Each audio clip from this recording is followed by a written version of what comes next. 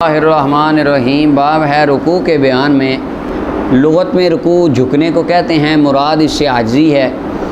اور مولا علی قاری فرماتے ہیں، بعض مفسرین نے یہ نقل کیا کہ رکوع کرنا امت محمدیہ صلی اللہ علیہ وسلم کا خاصہ ہے۔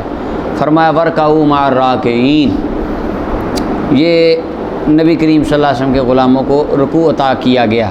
اور جو آتا ہے ورکعی مع الراکعین سورہ آل عمران میں کہا گیا پیچھوں کے لیے، فرمایا وہ اس کا مطلب ہے صلی مع المصلین، کہ تو نماز پڑھ نمازیوں کے ساتھ، یہ مطلب ہے۔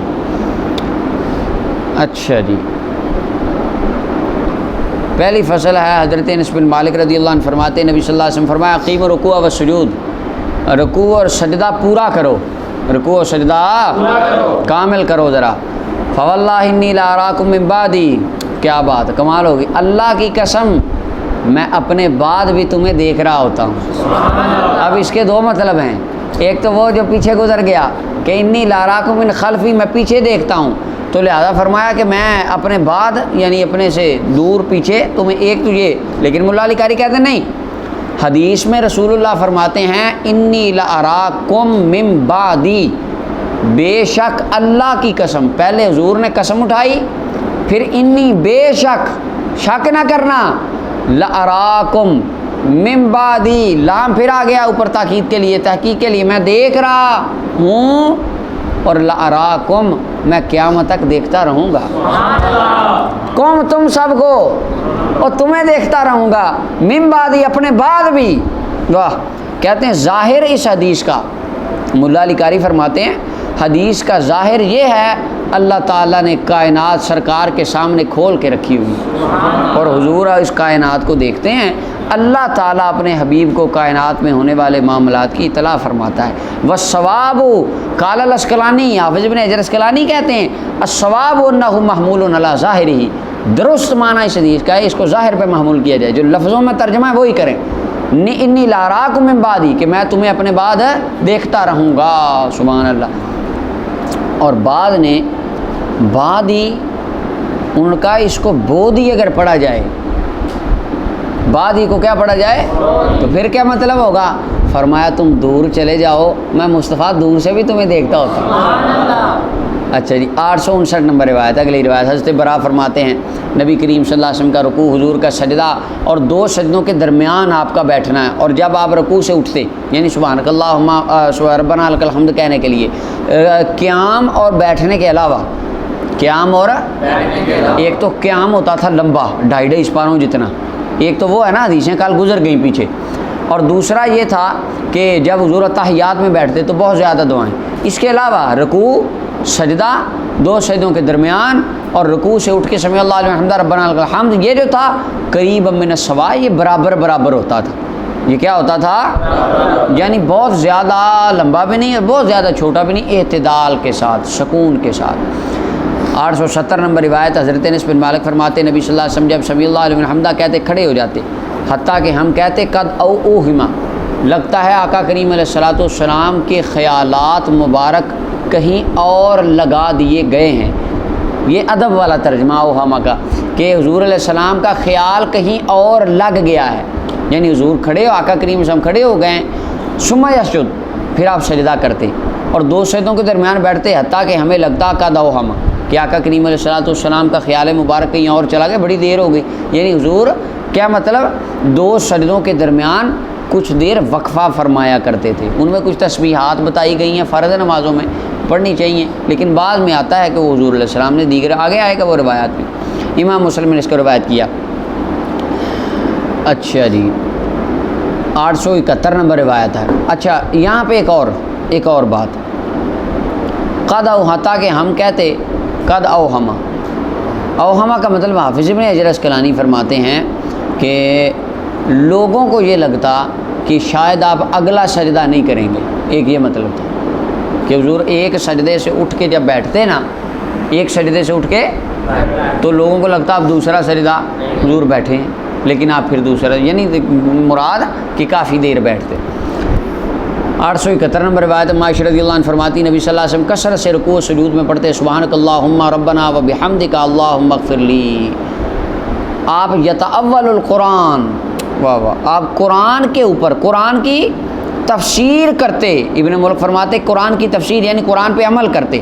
قرآن میں حکم دیا گیا فسبح بحمد ربک واستغفر، تسبیح بیان کرو، بخشش طلب کرو، تو آپ سجدے میں سبحانک اللہم ربنا و بحمدک، اللہ تو پاک ہے، ہمارا رب ہے، تیری حمدیں ہیں، اللہم اغفر، اللہ مجھے بخش دے، آپ یہ فرمایا کرتے۔ بخاری مسلم کے اندر آتا ہے۔ اچھا، ساری احادیث طیبات میں نا یہ صراحت نہیں آئی کہ حضور نے یہ سارا کچھ نفلوں میں پڑھا، لیکن وہ آگے آئے گا جب وہ رکوع و سجود کے اندر آ گیا سبحان ربی العظیم سبحان ربی الاعلیٰ نازل ہوئی، پھر حضور علیہ السلام نے باقی چھوڑ کے ان کو اختیار کر لیا۔ لیکن باقی جو دعائیں ہیں کہ اپنا دو سجدوں کے درمیان یا یہ آتا ہے کہ ابتدا میں یا جس طرح بھی تھا معاملہ، فرضوں میں بھی کہیں نہ کہیں اس کا ابن حبان کے اندر حدیث ہے کہ فرض میں بھی نبی صلی اللہ علیہ وسلم نے بعض دعائیں پڑھی ہیں۔ تو یہ جو ہمارے ایک نماز رائج ہے عوام الناس میں، یہ عوام کی سہولت کے لیے، عوام یہ نہیں یاد کرتی۔ آپ پہلے ہم بات کر چکے 90% شاید اس سے زیادہ ہماری عوام کو نماز کا ترجمہ نہیں آتا، تو انہوں نے اتنی دعائیں کہاں سے یاد کرنی؟ لیکن اہل علم حضرات کو تو چاہیے، آپ کو تو کم از کم چاہیے آپ کو یہ دعائیں یاد ہونی چاہیے۔ اور کبھی کبھی نفل میں مثلاً ظہر کے بعد، فرضوں کے بعد، سنتوں کے بعد نفل ان میں یہ دعائیں پڑھنی چاہیے دو سجدوں کے درمیان، اللہم اغفر لی ورحمنی واہدنی وعافنی ورزقنی، یہ دعا ہے، یہ نفلوں میں ہمیں تو پڑھنی چاہیے کم از کم۔ 872 نمبر روایت ہے، حضرت انہی سے ہے، عائشہ رضی اللہ عنہ سے فرماتی نبی صلی اللہ علیہ وسلم رکوع و سجود کے اندر آپ فرماتے سبوح قدوس رب الملائکہ، اللہ تعالیٰ سبوح، یہ سارے سیغے اس کے مبالغے کے آ رہے ہیں، یعنی اللہ تعالیٰ سبوح کمال تسبیح والا، یعنی وہ لائق ہے کہ اس کی تسبیح بیان کی جائے، اور قدوس وہ پاک ہے، یعنی اس حد درجے کا پاک ہے مخلوق جو اس کی طرف اوصاف، جن فرشتے کہتے وہ کافر کہتے تھے فرشتے اللہ کی بیٹیاں ہیں، تو حضور فرماتے قدوس اللہ ان چیزوں سے پاک بے عیب ہے مالک، رب الملائکہ فرشتوں کا رب ہے، والروح اور جبریل امین کا رب ہے۔ اب فرشتوں کا رب کہا جا رہا ہے، سبحان اللہ، یہ بھی اللہ تعالیٰ، فرشتے کائنات کی ہر مخلوق سے زیادہ ہیں۔ مولا علی قاری کہتے ہیں کہ ایک اثر میں آیا ہے ینزل مع المطر من الملائکہ، بارش کے جتنے قطرے ہیں ہر قطرے کے ساتھ ایک فرشتہ آتا ہے، نازل ہوتا ہے یہ اپنا، اور فرشتے اولاد آدم سے اور اولاد ابلیس شیطان یعنی جنوں سے بھی زیادہ فرشتے ہیں۔ جہاں پہ بھی کوئی ایک قطرہ یا ایک رزق کا دانہ بھی اگتا ہے نا، اللہ تعالیٰ نے وہاں پر کسی نہ کسی فرشتے کی ڈیوٹی لگائی، یہ مولا علی قاری فرماتا ہے۔ اور آگے مولا علی قاری نے نا وہ حدیثیں لکھی ہیں کافی زیادہ، یہ پورا ایک انہوں نے روایات وہ جمع ساری کی ہیں کہ فرشتوں کے بارے میں مختلف طرح کے واقعات ہیں۔ بہرحال آگے وہ ایک قول انہوں نے لکھا ہے کہ انسان جنوں کا 10واں حصہ ہے، انسان ہے اور جن فرشتوں کے 10ویں حصے کے برابر ہیں، یعنی اگر دنیا پہ آبادی کتنی ہے ہماری، ٹھیک ہے، جنوں کی آبادی سے 90 گنا زیادہ ہے، اور فرشتوں کو یہ حساب اس سے 90 گنا، یہ اس طرح بھی ایک علماء نے کہا۔ امام مسلم نے اس حدیث کو روایت کیا۔ آگے 873 نمبر روایت ابن عباس رضی اللہ عنہ فرماتے نبی صلی اللہ علیہ وسلم فرمایا سنو، میں منع کیا گیا ہوں کہ رکوع اور سجدے میں قرآن پڑھوں، رکوع اور سجدے میں قرآن پڑھنے کا حکم نہیں دیا گیا، اس سے منع کیا گیا ہے۔ کیوں؟ اچھا، اس کی وجہ کیا ہے؟ کیونکہ رکوع اور سجدے کے اندر بندہ اپنی ذلت کا اظہار، اپنی عاجزی کا اور انحناء کا اظہار کر رہا ہوتا ہے کہ اللہ میں عاجز ہوں، اور یہ مقام ایک ہوتا ہے کہ بالکل عاجزی والا، ٹھیک ہے، تو اس قرآن اعلیٰ ہے۔ اب بندہ اپنے آپ کو رب تعالیٰ کے سامنے حقیر ثابت کر رہا ہے رکوع سجدے میں کہ اللہ میں کمزور، حقیر، کچھ بھی نہیں، تو ہی تو ہے، تو وہ مقام حقارت میں قرآن پڑھنا، قرآن عظیم ہے، کلام الہی، تو یہ مناسب نہیں۔ اس وجہ سے رسول اللہ صلی اللہ علیہ وسلم فرماتے ہیں کہ رکوع سجدے میں قرآن پڑھنے سے مجھے منع کیا گیا ہے۔ رکوع کے اندر اپنے رب کی عظمت بیان کرو، اور بہرحال سجدہ فاجتہدوا فی الدعاء، تو سجدے کے اندر دعا کے اندر کوشش کرو، دعا مانگو سجدے میں، کیونکہ سجدہ وہ ہے کہ جس کے اندر اللہ تعالیٰ کے سب سے قریب بندہ حالت سجدہ میں ہوتا ہے۔ تو فرمایا فَقَامِنُ يُسْتَجَابَ لَكُمْ، اگر تم یہ سجدے کے اندر دعا کی کوشش کرو تو فرمایا تمہاری یہ دعا اس لائق ہے، تمہارا یہ عمل اس لائق ہے کہ تمہاری دعاؤں کو قبول کر لیا جائے گا۔ امام مسلم نے اس حدیث کو روایت کیا۔ اللہ یعنی یہ حالت میں جو دعا مانگی جائے وہ دعا قبول ہوتی ہے۔ فرض نماز میں یہ ہے کہ بندہ دل میں دعا مانگ سکتا ہے، نفل میں ہے زبان سے بندہ بول کے اپنے جو الفاظ آئیں حدیث طیبات میں ان کے ساتھ دعائیں مانگے۔ 874 نمبر روایت ابو ہریرہ فرماتے ہیں نبی صلی اللہ علیہ وسلم فرمایا جب امام سمیع اللہ لمن حمدہ کہے تم ربنا لک الحمد کہو، یا نشانی لگا لیں ذرا، کل والی جو ہم نے بات کی تھی وہ آگئی حدیث۔ فرمایا جب امام سمیع اللہ لمن حمدہ کہے تم ربنا لک الحمد کہو، بے شک جس کی بات، جس کا قول فرشتوں کے قول کے، جس کی بات فرشتوں کی بات کے، جس کی آواز فرشتوں کی آواز کے مطابق ہو گئی، اس کے اللہ پچھلے گناہ بخش دیتا ہے، گناہ بخش دیے جاتے ہیں۔ اب عین یہ روایت ہم نے پڑھی تھی آمین کے بارے میں، اذا امن الامام فامنوا فانه من وافق تامینه تامین الملائکہ غفر له ما تقدم من ذنبی، اور آج وہی الفاظ ربنا لک الحمد کے بارے میں آ گئے۔ اگر اس حدیث کی اس حدیث کی وجہ سے آمین اونچی ہے تو ربنا لک الحمد اس حدیث کی وجہ سے اونچی کیوں نہیں؟ اور اگر اس حدیث کی وجہ سے یہ آہستہ ہے تو آمین آہستہ کیوں نہیں؟ یہ ایک سوال ہے ہمارا۔ بخاری مسلم نے اس حدیث کو روایت کیا۔ 875 نمبر روایت عبداللہ بن ابی اوفا فرماتے نبی صلی اللہ علیہ وسلم جب اپنی پشت کو رکوع سے اٹھاتے تو فرماتے سمیع اللہ علیہ حمدہ اللہم ربنا لک الحمد ملء السماوات وملء الارض وملء ما شئت من شیء بعد۔ آج ہم پڑھتے ہیں ربنا لک الحمد یا ربنا ولک الحمد یا اللہم ربنا ولک الحمد حمدا طیبا کثیرا مبارکا فی، یہ بھی آتا ہے حدیث میں، آگے آ رہا ہے اگلی روایت میں، اور یہ بھی نبی اور امام مسلم نے اس حدیث کو روایت کی کہ اللہ تیری یہ حمد ہے آسمان و زمین بھر کے، جتنی تو چاہے اتنی بھر کے، سبحان اللہ۔ اچھا جی آگے 876 نمبر روایت ہے ابو سعید خدری رضی اللہ عنہ فرماتے نبی صلی اللہ علیہ وسلم جب رکوع سے سر اٹھاتے تو فرماتے اللہم ربنا لک الحمد ملء السماوات وملء ما شئت من شیء بعد اہل الثناء والمجد، کہ جتنی یا اللہ تو چاہے اتنی دور بھر کے، اتنی دور یعنی جتنی تو چاہے نا اتنی حمدیں تیرے لیے، اہل ثناء اور اہل مجد کی تمام حمدیں تیرے لیے، بزرگیاں تیرے لیے، تو زیادہ حقدار ہے جو بندہ تیرے لیے کہتا ہے۔ جو بندہ کوئی تعریف کرے کسی کی ثناء اور بزرگی والے کی بزرگی بیان کرے، ان سب بزرگی والوں کی بزرگی سے زیادہ حقدار تو ہے کہ تیری بزرگی بیان کی جائے۔ وَكُلُّنَا لَكَ عَبْدٌ، اور ہم سارے اللہ تیرے بندے ہیں۔ اللہم لا مانع لما اعطیت، اللہ جو تو جسے عطا کرے اس کو کوئی روک سکتا، اور جس کو تو عطا فرما دے ولا معطی لما منعت، جسے تو روک لے اس کو کوئی عطا نہیں فرما سکتا۔ ولا ينفع ذا الجد منک الجد، اور تجھ سے بڑھ کر کوئی مال والا، دولت والا، وجاہت والا، درجے والا کسی کو نفع دے سکتا تجھ سے زیادہ کوئی نہیں۔ امام مسلم نے اس حدیث کو روایت کی ہے۔ اللہ اکبر۔ اب یہ الفاظ آقا کریم علیہ السلام ربنا لک الحمد کے ساتھ پڑھا کرتے تھے۔ اب دیکھیں نا ان روایات میں فرض و نفل کی کوئی تصریح نہیں ہے۔ 877 حضرت رفاع بن رافع فرماتے ہم نماز پڑھتے تھے نبی صلی اللہ علیہ وسلم کے پیچھے، جب آپ نے سر اٹھایا رکوع سے فرمایا سمیع اللہ علیہ حمدہ، بس کیا آپ نے فرمایا؟ اب یہ دیکھیں کیا کمال حدیث ہے۔ ایک بندے نے آپ کے پیچھے سے کہا ربنا ولک الحمد حمدا کثیرا طیبا مبارکا فی، یہ سارا انہوں نے پڑھا، یہ سارا۔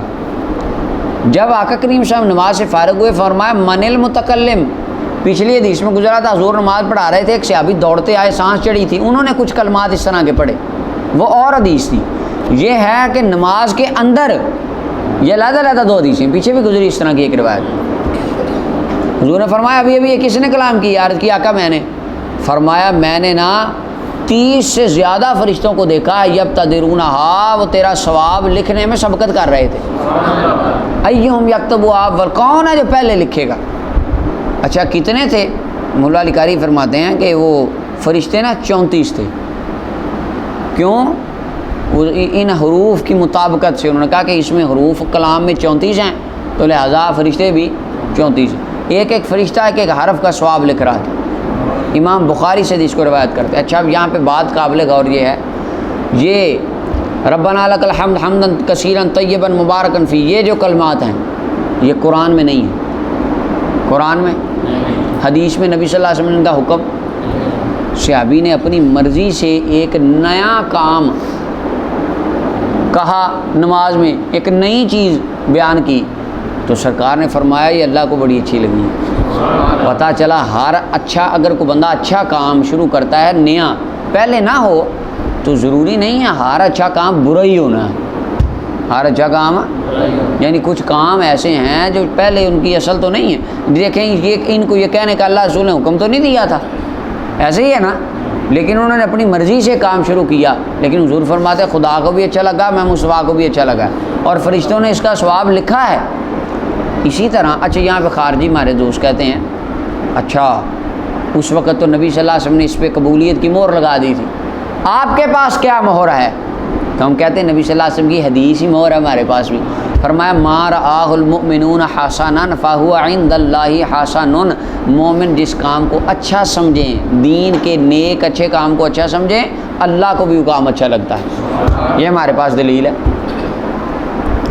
تو وقت بدلنے سے اگر کوئی کام نیا شروع کر لیا جائے، کام اچھا ہو تو اس کے اندر حرج نہیں ہے، خدا تعالیٰ اس کو پسند فرماتا ہے۔ امام بخاری نے اس حدیث کو روایت کیا۔ اچھا جی آگے ہے، اور ایک دوسری حدیث میں آتا ہے، امام طبرانی نے اس کو روایت کیا، اس کے اندر ہے کہ بندے کو چھینک آئی تو اس نے کہا الحمدللہ حمدن کثیرا طیبا مبارکا فی حتی یرضا ربنا وبعد رضا والحمدللہ علی کل حال۔ یہ اتنا لمبا پڑا، حضور علیہ الصلوۃ والسلام آپ نے فرمایا یہ کلمات کس نے کہیں؟ عرض کی میں نے، فرمایا میں نے 12 فرشتوں کو دیکھا وہ تیرا ثواب لکھنے میں سبقت کر رہے ہیں۔ اب یہ 3 واقعات ہو گئے، سبحانک اللہ والا اور ہے، چھینک والا اور ہے، پیچھے وہ سانس چڑھی صحابی رسول کو آئے انہوں نے پڑھا وہ اور ہے، مختلف واقعات ہیں۔ اللہ یعنی ذکر ہے، اس میں ذکر کی فضیلت بھی پتہ چل رہی ہے کہ اللہ تعالیٰ کا ذکر کرنا، وہ ذکر کوئی بھی ہو، کہتے ہیں یہ ذکر آپ نے بنا لیے، یہ کہاں سے آ گیا؟ اپنا یہ درود خضری اور درود اپنا یہ ختم مجددیہ کہ آپ 500 بار لا حول ولا قوت پڑھیں، یہ بدعت ہے۔ اب لا حول اللہ معاف کرے، پڑھنا کیا ہے؟ لا حول ولا، حضور فرماتے ہیں تجھے عرش کے نیچے پڑے خزانوں میں سے خزانہ نہ بتاؤں؟ آقا بتائیں، فرمایا لا حول ولا قوت پڑھا کر الا باللہ العلی العظیم۔ اب ہم 500 بار وہ پڑھ رہے ہیں اول آخر دروشی، تو یہ بھی بدعت ہوگی، دعائی خدا کی۔ دوسری فصل 878 نمبر روایت، ابو مسعود انصاری فرماتے نبی صلی اللہ علیہ وسلم نے فرمایا لا تجزئ صلاۃ الرجل، فرمایا جائز نہیں ہوتی یعنی کامل نہیں ہوتی بندے کی نماز حتیٰ کہ رکوع و سجود میں اپنی پشت کو سیدھا کرے۔ ابو داؤد، ترمذی، نسائی، ابن ماجہ، دارمی نے روایت کی، امام ترمذی فرماتے ہیں حدیث حسن صحیح ہے۔ یہ آ گئی وہ روایت 899۔ اب عقبہ بن عامر فرماتے ہیں جب سبح اسم ربک العظیم نازل ہوئی تو نبی صلی اللہ علیہ وسلم فرمایا اس کو اپنے رکوع میں بنا لو، اس کو اپنے یعنی کیا سبحان ربی العظیم پڑھا کرو، اور جب سبحان ربی الاعلیٰ ہوئی تو فرمایا اس کو اپنے سجدوں میں بنا لو، رکھ لو، یعنی سبحان ربی الاعلیٰ پڑھا کرو۔ امام ابو داؤد، ابن ماجہ، دارمی نے اس کو روایت کیا، امام حاکم نے فرمایا اس کی سند صحیح ہے۔ 880 نمبر روایت ہے، عون بن عبداللہ ابن مسعود سے روایت کرتے ہیں نبی صلی اللہ علیہ وسلم فرمایا جب کوئی بندہ رکوع کرے تو رکوع میں سبحان ربی العظیم کہے 3 مرتبہ۔ پیچھے روایت تھی فعلی، یہ ہے قولی، اور جب فعلی اور قولی جمع ہو جائیں ترجیح کس کو ہوتی ہے؟ قولی روایت کو، جو حضور نے ہمیں فرمایا ہے۔ تو 3 بار پڑھے، اس کا رکوع پورا ہو گیا، یہ ادنا درجہ ہے، یہ ہاں جی درمیانہ درجہ پھر کیا ہو گیا 5، اور اعلیٰ ہو گیا 7، زیادہ بھی پڑھ سکتا ہے طاق عدد میں۔ آگے جب سجدہ کرے بندہ سجدے میں سبحان ربی الاعلیٰ کہے 3 مرتبہ، اس کا سجدہ پورا ہو گیا، یہ ادنا درجہ ہے۔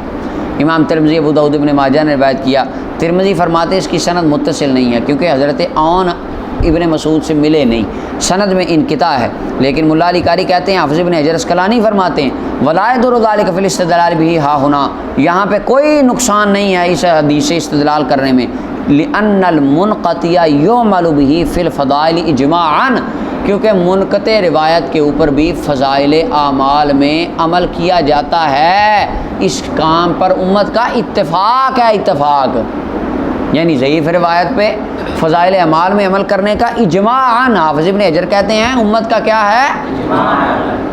یہاں کہتے ہیں نہیں ضعیف ہو گئی، بس ضعیف ہو گئی روایت۔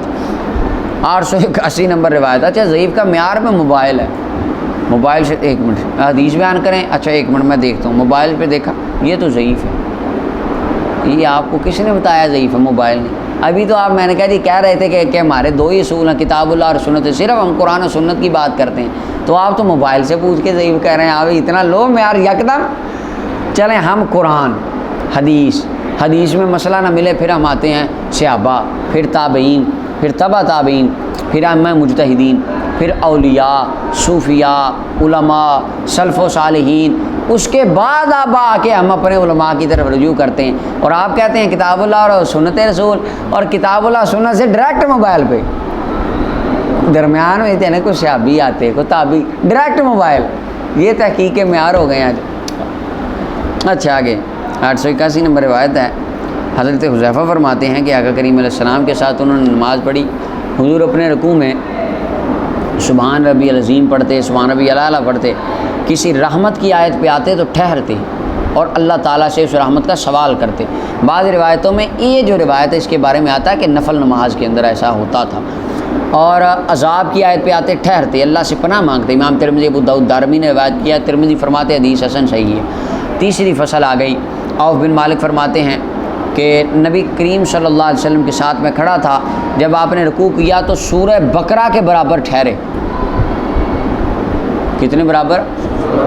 ہائے ہائے واہ، 2.5 سپاروں کے برابر آپ نے رکوع کیا، اور آپ اپنے رکوع میں سبحان ذی الجبروت والملکوت والکبریاء والعظمہ یہ کلمات پڑھتے رہے۔ قہر والے، بادشاہی والے، بڑائی والے اور عظمت والے اللہ کی میں پاکی بیان کرتا ہوں، سبحان اللہ۔ 2.5 پاروں کے برابر حضور رکوع میں یہ کلمات پڑھتے رہتے۔ امام نسائی نے اس کو روایت کی۔ اور 883 نمبر روایت ہے، ابن جبیر فرماتے میں نے انس بن مالک کو کہتے ہوئے سنا، فرماتے تھے کہ نبی کریم صلی اللہ علیہ وسلم کے بعد میں نے کسی کے ساتھ ایسی نماز نہیں پڑھی جس کی نماز حضور کے مشابہ ہو، اس جوان سے زیادہ، یعنی عمر بن عبدالعزیز، یعنی عمر بن عبدالعزیز کی نماز رسول اللہ کے بڑی مشابہ ہوتی تھی۔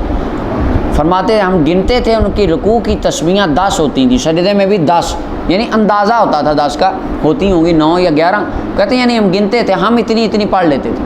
ابو داؤد نسائی نے اس کو روایت کیا۔ اور امام کے لیے یہی ہے کہ امام 5 بار یا 3 بار سبحان ربی الاعلیٰ یا سبحان ربی العظیم نہ کہے، وہ کم از کم 7 بار یا 9 بار کہے۔ 883 نمبر روایت، حضرت شقیق فرماتے ہیں کہ حذیفہ رضی اللہ تعالیٰ عنہ نے ایک بندے کو دیکھا کہ اس نے رکوع و سجدہ پورا نہیں کیا، کامل نہیں۔ جب نماز سے پوری ہوگی اس کو بلایا، حذیفہ فرمانے لگے ما صلیت، یہ تیری نماز تو نہیں ہوئی، تیری، یعنی جس طرح میں دیکھتا ہوں کسی طالب علم کو جلدی نماز پڑھتا ہے تو میں اس کو بلاؤں، میں کہوں یہ تو نے کیا کیا ہے، یہ تو نے نماز پڑھی، یہ نماز تو نہیں پڑھی، یہ تو اس کا کیا مطلب ہے کہ اس کی نماز نہیں ہوئی؟ میں طالب علم کو بلاتا ہوں، میں کہتا ہوں تو نے نماز، یہ تو نہیں نماز پڑھی، نماز ایسے تو نہیں پڑھتے، یہ تو نے نماز تو پڑھی نہیں ہے۔ تو یہ میرا اس انداز سے کہنا کیا بتائے گا کہ اس نے نماز پڑھی نہیں، اس کی ہوئی نہیں نماز، مراد کیا ہوگا؟ زجر و توبیخ مراد۔ تو حذیفہ رضی اللہ عنہ فرمایا تم نماز تو نہیں پڑھی، اور راوی کہتے ہیں مجھے گمانا کہ آپ نے فرمایا اگر تو مر گیا نا اس طرح، یہ اس طرح نمازیں پڑھتے ہوئے، تو اس غیر فطرت پر، اس فطرت کے علاوہ کسی اور فطرت پر اور طریقے پر مرے گا جس پر اللہ تعالیٰ نے محمد صلی اللہ علیہ وسلم کو تخلیق فرمایا، پیدا فرمایا، یعنی نبی کریم صلی اللہ علیہ وسلم کے طریقے پر پھر تو دنیا سے نہیں جائے گا، کیونکہ سرکار کا طریقہ اس طرح۔ امام بخاری نے اس کو روایت کی۔ 885 نمبر روایت، ابو قتادہ فرماتے ہیں نبی صلی اللہ علیہ وسلم فرمایا سب سے برے لوگ وہ ہیں جو نماز میں چوری کرتے ہیں۔ صحابہ نے عرض کیا آقا نماز میں کیسے چوری ہوتی ہے؟ فرمایا رکوع و سجود پورے نہیں کی جاتے، ٹھونگے مارے جاتے ہیں، ٹھونگے، اور وہ آگے آئے گی حدیث، ٹھونگے مارنے سے بھی سرکار نے منع فرمایا۔ 886 نمبر روایت، نعمان بن مرہ فرماتے ہیں آقا کریم علیہ السلام نے فرمایا تمہاری کیا رائے ہے شرابی کے بارے میں، زانی، اور چور کے بارے میں؟ یہ حد حدود نازل ہونے سے پہلے کی باتیں ہیں، تب زنا کی یا شراب پینے والے کی یا چور کی حد نازل نہیں ہوتی۔ صحابہ عرض کرتے ہیں اللہ اور اللہ کا رسول بھی زیادہ جانتے ہیں۔ قال فرمایا ہن فواحش، یہ برے کام ہیں اور ان میں سزا ہے، اور سب سے بری وہ چوری ہے جو نماز میں ہو چوری۔ اللہ اکبر۔ اب دیکھیں یہ اس کو اپنا زنا، شراب اور چوری سے بھی برا کہا جا رہا ہے۔ ہو بری چوری، جو نماز میں بندہ چوری کرتا ہے. آقا کیسے چوری ہوتی نماز میں؟ فرمایا رکوع سجود اللہ کے ساتھ جو 2 نمبری کرتا، رکوع سجود پورے نہیں کرتا. امام مالک احمد اور دارمی نے روایت کی.